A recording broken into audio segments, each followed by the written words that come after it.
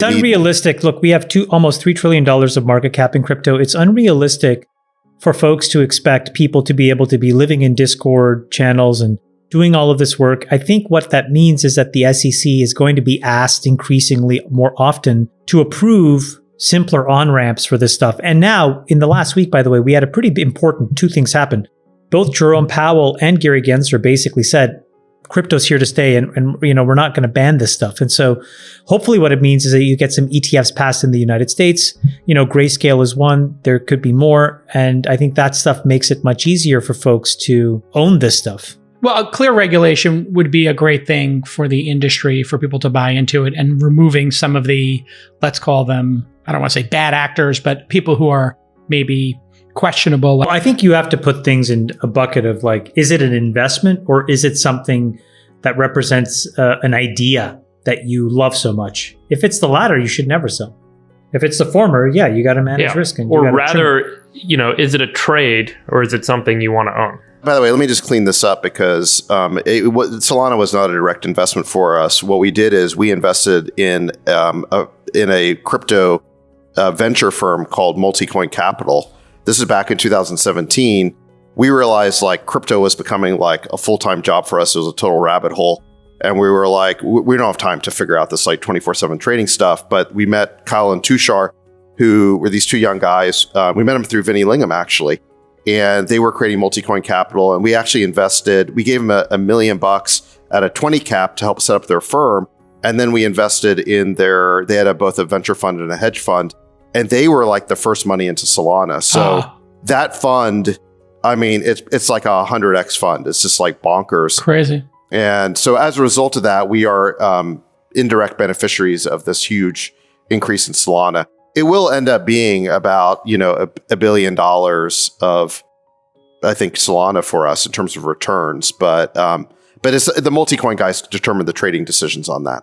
Yeah. And so people who don't know, Solana is a programmable, Ethereum competitor, I guess, and it's at $50 billion or so market cap. It was trading at $1 not long ago, and now it's at 164. It's an Ethereum competitor, basically, for a smart contract platform. And there's a lot of people, I'd say smart money in Silicon Valley, who are betting on a flippening where Solana could ultimately overtake Ethereum as the preferred platform. But even if it doesn't overtake Ethereum, it's the number 8 cryptocurrency right now. It could go, there's a lot of people betting it'll go to number 3 or, what have you. Additionally, it is a fraction of a penny for a transaction, and it can do many more transactions than Ethereum. There's so much to know about the crypto world. It's a hard thing to invest in unless you're like totally focused on it. I've struggled with that. Like I've tried to go deep on a couple topics and like I realized, holy shit, I've been in this for like 4 to 6 hours just trying to learn this stuff and I'm not like there. And then I feel uncertain about making any decisions. I totally get it. I mean, you got to have folks like working on this, and the pace is changing so rapidly. You really need to kind of be up to date on what's next. It's, the other issue really challenging is when you look at crypto, people use the word crypto as if it's like that's all there is. Totally.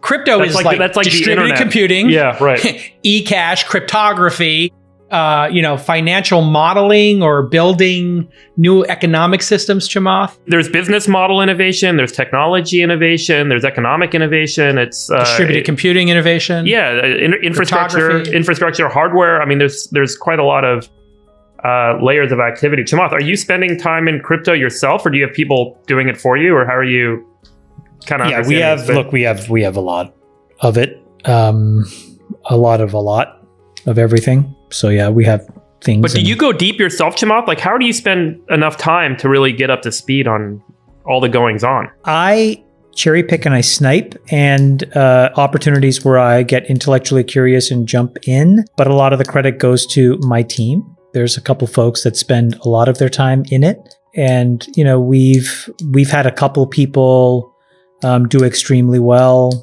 for us. Similar to David's story, back in the day, I invested in Barry Silbert and DCG. Second market Barry Silbert. Yeah. And, DCG is now, I don't know, I'm guessing a $20 billion company, maybe more. I don't know. So how does it mechanically work with your team? They are investigating opportunities and then they come to you and bring you, hey, we'll do a meeting and I'm going to share 4 with you. And then you say, hey, let me get on the phone with that guy. Do you basically go deep when something shows up, Chamath? No, so basically what happens is they have carte blanche to do whatever they want. And what they're typically doing is they're working with entrepreneurs to seed projects and, to get projects off the ground. And then at some point when those projects become large enough, then they'll issue tokens and, we'll get a certain allocation of those tokens. And so we've done that for, call it, I don't know, some number of projects that we think are valuable. Then along the way, they'll have certain views on Bitcoin. They'll have certain views on Ethereum. They'll have certain views on Solana, and we'll make capital allocation decisions. They tend to have the ability to do whatever they want. And then what I tend to do is just think about when it gets above, to me, I need to see the chance to make at least, in the rough justice around, $500 to $1 billion. And then I'll get involved. But otherwise, they just kind of run the whole thing. Let me ask you guys a question here. When you look at the market caps of these projects, it seems like things are changing. Cardano is number 3 now, and Tether still remains number 5. XRP still number 6, but Solana. I would encourage people to not look at it like that. I think looking at it as a rank list betrays what it is. So I'll give you a simple example. Let's compare the fate of 2 projects, or actually. Right now, there's a distributed form of Discord that's being built. Discord, the chat app, very popular amongst gamers. In a completely distributed way with an integrated crypto wallet. Because if you look at Discord, it's really 2 cohorts of people. There's gaming and there's crypto, right? So, those are the 2 big ones, yeah. So, that's an example of a really interesting product that has some real potential. Then if you look at something like DeSo is a decentralized social programming framework. Then if you look at something like Helium, that's completely about building a large distributed, connection of on-ramps to the internet, so internet connectivity. So those are 3 completely different ideas with 3 completely different paths to success. If to invest in those tokens, you have to believe in 3 totally different sets of things. Yes. So to look at it on a rank list and just buy something because it's cheap is stupid. No. My question I'm just going to be wasn't blunt. It's stupid. Don't do that. No. That wasn't really my question. My question was, we have an extraordinary number of the public who've invested in Bitcoin and Ethereum as number 1 and number 2.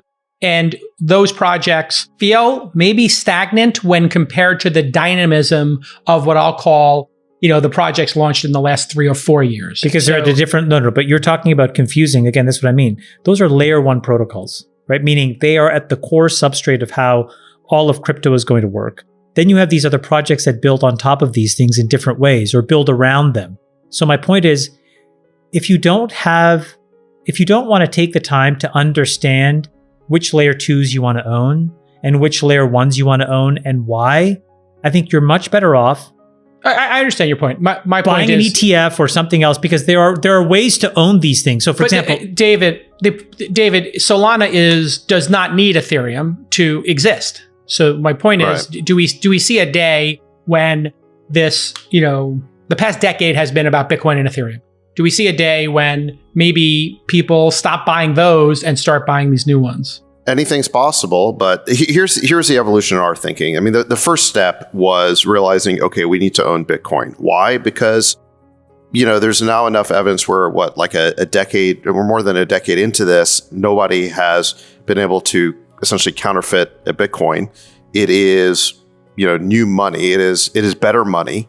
So I'm not going to convince people right now of the argument for Bitcoin, but if you believe in it, that's sort of the first step, is you realize you really need to have 1% to 2% of your portfolio in Bitcoin in the event that fiat money sort of becomes debased and eventually you move to crypto. Then you realize, well, wait a second, Bitcoin is just one application of blockchains. There's a bunch of applications of blockchains. So maybe we need to own not just sort of, digital money, but we also need to own the underlying blockchain platform. And that leads you to Ethereum.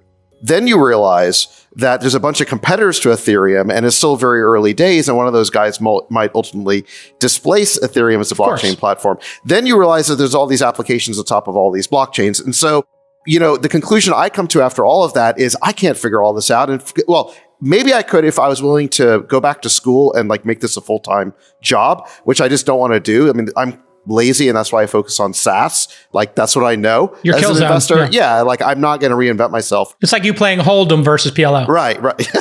Right, exactly. So, but this is why we partner with Multicoin Capital. So what I would just say is like the idea that you as an individual investor are going to like, pick off the one cryptocurrency here or there to invest in. I mean, that's going to be a lottery. I would find a manager basically who is really good, who has a track record, who understands this stuff. Our approach is to hire very young, extremely technical computer scientists and mathematicians to basically do the work.